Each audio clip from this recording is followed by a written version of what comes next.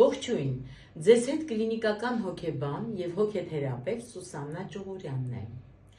Այսօր ես ուզում եմ շարունակել վախերի և ֆոբիաների թեման, քանի որ այդ թեման շատ տարածված է ու շատ արդիական։ Եվ չկա որևէ մեկը, որ իր կյանքում չառնչվի վախի կամ ֆոբիայի հետ։ Վախը և ֆոբիան կապված են միմյանց հետ, սակայն ունեն էական տարբերություններ։ Թե վախը, թե ֆոբիաները առաջանում են դեռ մանկության տարիներից սկսած։ Եկեք պարզենք ինչ է վախը։ Վախը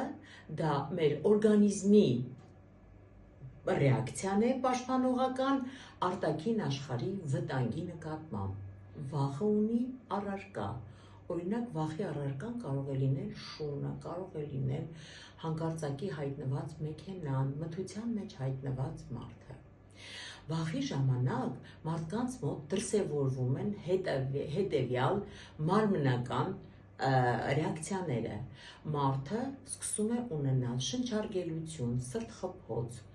ունենում է ստրես, նա կարող է դիմել փախուստի կամ ակամայից հարվածել վախի առարկային, քանի որ այդ ժամանակ մարդու մոտ բարձրանում է իր ինքնապաշտպանական համակարգը։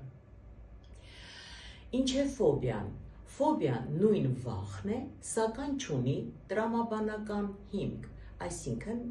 ֆոբիան կարող է առաջանալ անտրամաբանական փակ տարածքից, կարող է առաջանալ սարդերից, միջատներից, նույնիսկ սարդի կամ օձի նկարից կարող է առաջանալ ֆոբիա։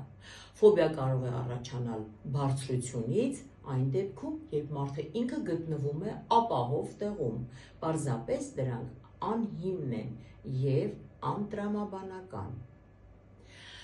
Այս բոլորը առաջանում է դեռ մանկության տարիներից սկսած,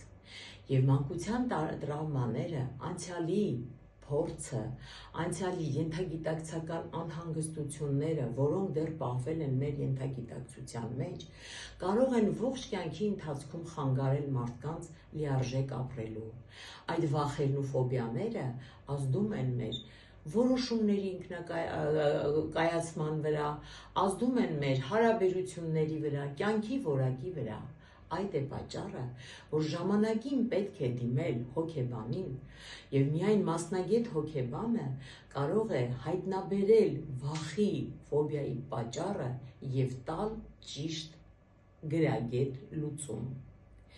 Եթե դուք ունեք ֆոբիաներ, ապա գրեք մեր մեկնաբանություններում։ Լավ մնացեք, լավ եղեք։